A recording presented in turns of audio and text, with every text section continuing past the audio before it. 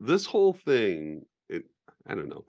I can't take credit for how awesome all this is going to work out to be. It's just the way it is. I would love to say I'm so brilliant that I thought ahead and this was just going to be so cool. But the truth is, I feel like a surfer on a really good wave, and I can't take credit for the wave. You know what I'm saying? But I can take credit for my surfing. So in this case, by doing it this way, it forces us in and out of the major arcana and the minor arcana, and it also pulls us in and out of objective minor arcana and subjective major arcana perspectives, so that we can see how they kind of snake around each other. And the reason I was going to say it would be really cool to be like super genius and, you know, all that is because had I actually done this on purpose, I would have wanted to maintain a theme of Venus through this because of the sevens. That was kind of, I just didn't realize how thick that theme already is in the tarot, because any discussion of the Empress is a discussion of Venus, which is a discussion of net six. So I laid all this bedrock down, and we all understand that. And now we're at the Empress, so we're seeing Venus from a subjective side.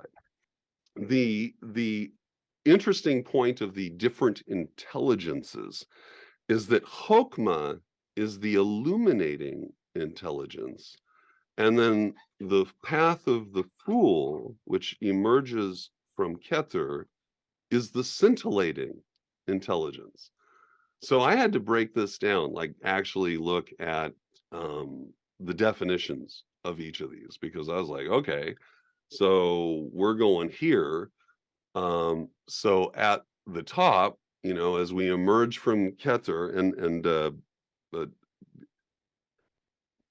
we get scintillation as kind of a pulsing, like a flashing. When things scintillate, it's illuminating, but then it sort of flashes a little bit. It gives you a sense of what is coming out of Keter in terms of the light, and how Chokmah catches it.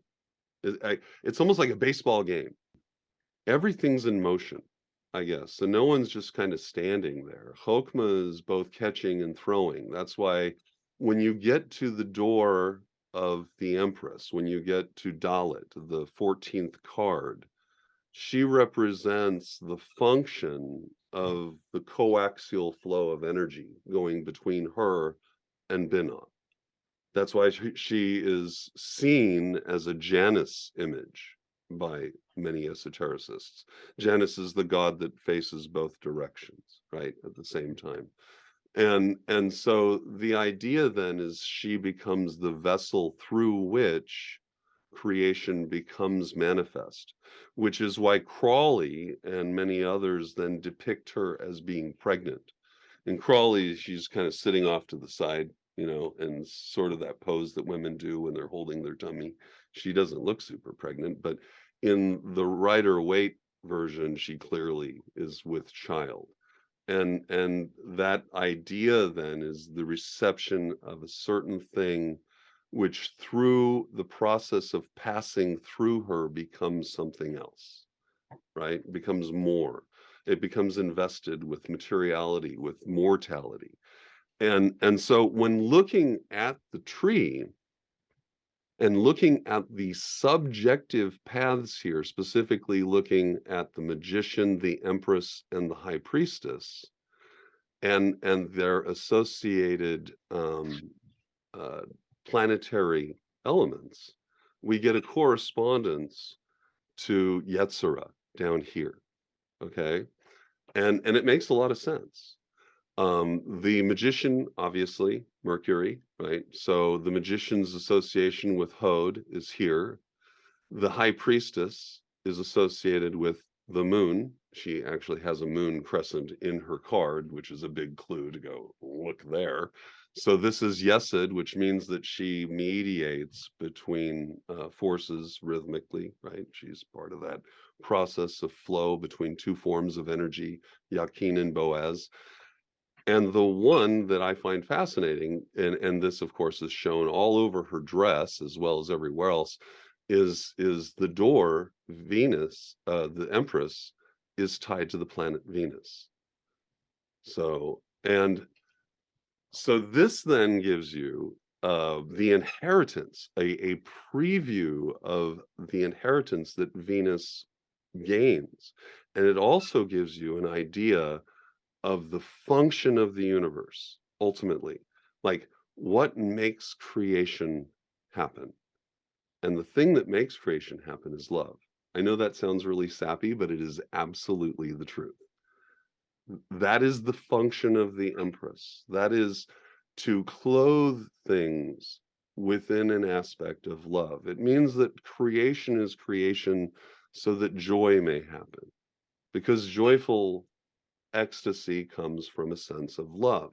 Whether you love a puppy, or you love your grandchildren, or you love the beautiful day, the sense of love that comes with each of those experiences engenders joy, it engenders happiness, it engenders an elevation.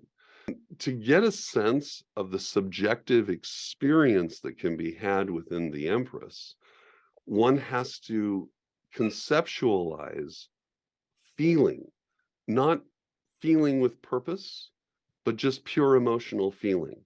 Because it is Venus, it is the antithetical opposite, is the complete absolute direction opposite of what you would experience in Hode. Hode will articulate not feelings, but experiences. Hode looks at things as experiences. I experienced this, and then articulates that. It was hot, it was cold, it was pleasant, it was unpleasant. But once, Hode will always bear with him a smidgen of emotion, because he must. Nothing that takes place within Hode can exist without the energetic force that's rolling in from Netzik, okay? Just as nothing in Binah can exist to then create everything else without that aspect of subjective um, infusion of force emanating out of Chokmah. And then, of course, the counterforce, the resistance expressed by Binah, being then experienced in Chokmah. It's that counter pressure. It's the same thing that you do in a car engine, where the engine won't run right if the compression isn't right. If you don't have proper counter pressure, you won't get proper combustion. And exactly that same principle exists in all of creation. So the perpetual imbalance that Chokmah manages as a result of allowing light, right? Let there be light. Keter rises and ascends to the top, and that imbalance at the top then is experienced as we move through. Now, in order to discuss that, it's helpful to just take a moment and look at the Fool and what is being described in the Fool. The symbol for Aleph is an ox. And there's a whole bunch of esoteric discussion on this symbol, like a ton. Crawley moves from the ox itself and looks at the plowshare and suggests that there is a phallic representation here, which I can see. And honestly, anytime that you look at the esoteric, as Dion Fortune says, if you lack the maturity to deal with the sexual component of the universe, you're not going to be able to grasp what the universe is about, because that component is all through it. It's all through our discussion now. Any discussion of Venus isn't just a purient discussion of sex, but actually that interesting polarization that she inherits from Gevura as it passes through Teperet and is expressed as cause and effect. Again, a Janus type thing, right? Where one is looking at the cause, another is looking at the effect, and she has that dualistic position where she stands two-faced in the middle of an action which is the same thing but appears bifurcated, because it sits on a fulcrum. It sits on an event that says, after this cause, this event happened. Thank you, you guys. Bye. I will talk to you soon. Thanks, guys. Yep. Thanks, Hey, Robert. Parks. Hey. See ya. Bye. Talk to you later.